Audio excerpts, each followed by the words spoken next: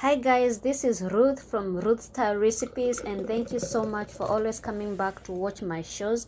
If you haven't subscribed, please go ahead and hit the subscribe button and turn on the notification bell so that you can get notified whenever I post in new videos. So today we will be making pineapple and banana smoothie, which is very pleasing to the eye and to the stomach as well.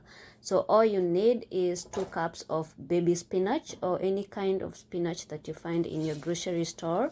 You can, I prefer to use this baby spinach because it's actually ready to use and I don't have to shred it. But if you don't find this, you can always shred some spinach that you find in the grocery section. And then I went ahead and cut in half pineapple. This is medium-sized pineapple, but I used half of it. I saved the rest for later, and I don't have to cut it all the way because the blender will do the work for me. And then I have 2 bananas. I like them because they add to the sweetness, and also the texture of the smoothie is always better if you add bananas. I went ahead and blended.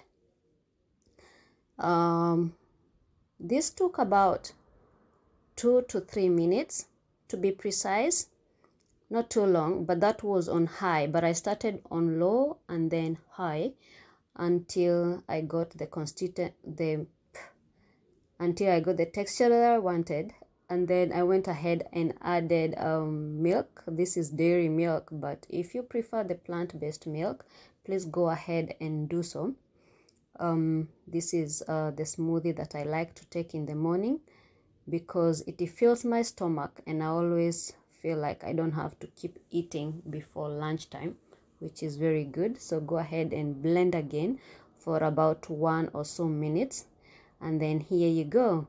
Thank you for watching and subscribe for more.